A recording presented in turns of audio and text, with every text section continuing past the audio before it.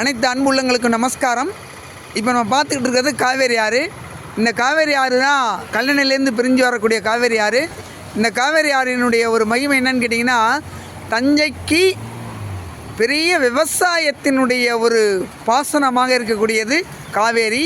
இந்த கல்லணையை கட்டி வைத்த கரிகால சோழனுக்கு நாம் இன்னும் பல ஆண்டுகள் நன்றிகளை தெரிவித்துக் கொள்ள வேண்டும்.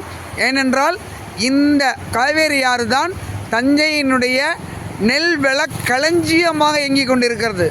நம்ம வரும்போது பார்த்தோம் கொள்ளிடம், இப்போ பார்க்குறது காவேரி. இதில் பார்த்திங்கன்னா இந்த மீனை பிடிக்கிறதுக்கு பறவைகள்லாம் எப்படி அழகாக உட்காந்துருக்கு பாருங்களேன். மீனை பிடிக்கிறதுக்கு பறவைகள் ரொம்ப அழகாக உட்காந்துருக்கு.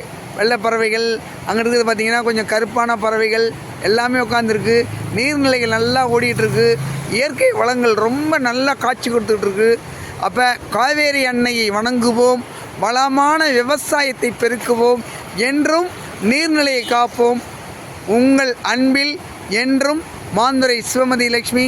நன்றிகள், வாழ்த்துக்கள்.